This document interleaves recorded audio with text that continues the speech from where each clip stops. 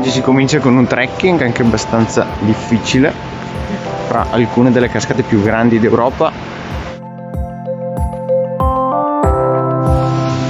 A Pagripos!